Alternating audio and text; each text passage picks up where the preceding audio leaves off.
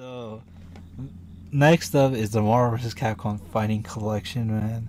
And you know, we already made a video about it. Everyone and like and their families have been making videos on this, but the past week we finally got the official date is gonna come out, and it's coming out sooner than I thought too. But yeah, look at that. Just to re-show everything again, man. Like here's the Marvel vs. Capcom stuff.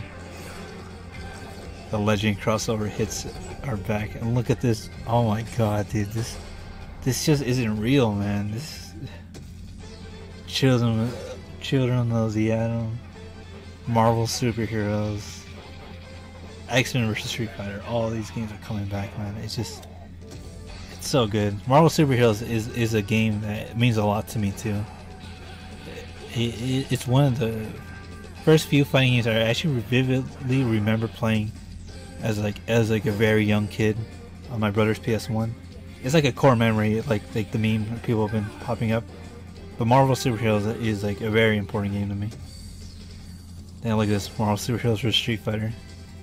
The artwork is so good in here, man.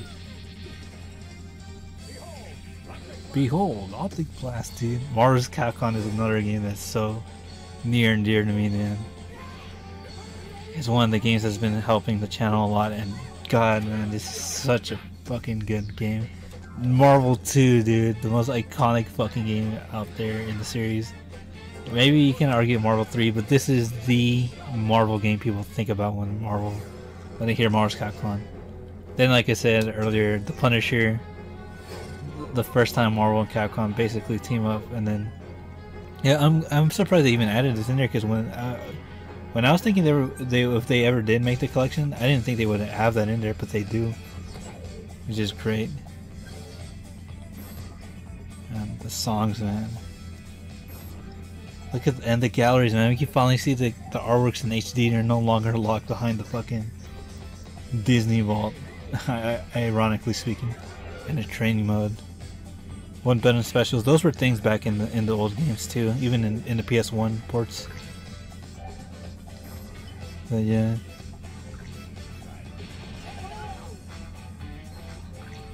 You just keep loading up the game. And the marquee artworks, dude. That's crazy, man. Long awaited online features. So a lot of people don't need to resort to Fightcade, and I know a lot of people just don't either want to figure it out, or just don't think it's like, you know, like a good way to play the games ethically, or just like even technologically speaking. But now we have an official way to play it, and people can play it on modern consoles too, which is great. And if you guys have a Switch, you can play this anywhere. This is crazy. You can play this collection anywhere. You know, look at this, man. This is so good. This is so good, man. Look at that. Pre-order now. This is the big thing, dude. September 12th. There's a lot of good things coming out in September, like this month for Capcom. This and Resident Evil, Dead Rising Remaster. Because I was just playing Resident Evil, but dude, Dead Rising Remaster. We gotta get into that like at another time. But look at this, man.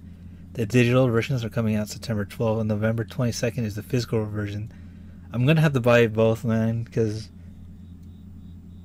I want a physical version of this. I never want these games to like go away again. Like that's happened before. But man, the digital version finally gets to come out super soon, man. And it's like now 11 days from now, which is crazy to think about. But the physical version is gonna be coming out, and it's so good, man. It's like I almost feel like crying, man, because it's how it's just such a good move, man, on Capcom's part. And then this is the next shredder I wanted to get into, which is a big part of the collection, which is something a lot of people thought wasn't gonna be a part of the collection. So this is being shown again, right? And this is on the Marvel Capcom like official channel, which is also monumental because that hasn't been used since Marvel Infinite, which is 7 years ago now. And this is the Marvel Superheroes vs. Street Fighter highlight.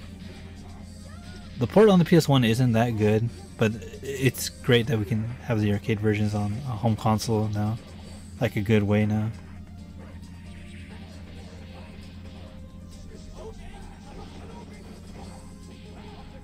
Look at this training mode. Yeah, it's just basically playing the rest of the collection. Chun-Li is such a good game, dude. Look at those, man. I never thought we would see stuff like this back, like all like concept arts like we would see for the Street Fighter collection. This is just so. This is great to see, man. This is actual like history, man. Like gaming history.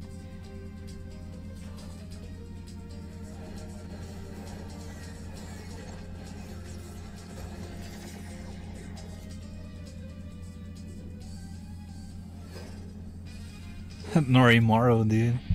I never thought they would have him out here, like, because it just feels like such a weird inclusion, and like, you know, like,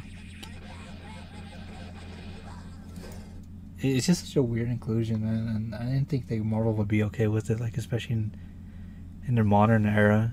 I'm surprised they were even okay with it back then, but apparently Norimaru is not going to be censored, or he's not going to be like taken off of the collection. He's gonna be there for everyone to play, just like Anita, Doctor Doom, and Thanos, and Marvel superheroes, and maybe the secret characters in the other versus games, like in Marvel's Capcom 1 and you know, X-Men vs Street Fighter. But yeah, this is cool, man. It's just a little bonus. Like I'm pretty sure a lot of people don't even know what Norimaru is. I don't even know. I know he's just like a comedian in Japan that just happened to be in Marvel Superheroes vs Street Fighter because Capcom just thought it was like a little goof and gaff. But yeah, that's crazy. Odd having the physical version come 2 months apart. Yeah, they're doing that with Dead Rising as well, which is crazy. But you know, I don't mind it. I'll play the digital just to play it early and play it with some friends, and then I'll get the digital later. Maybe I get like the physical later. Maybe I'll even buy it for like some people, like for Christmas and stuff.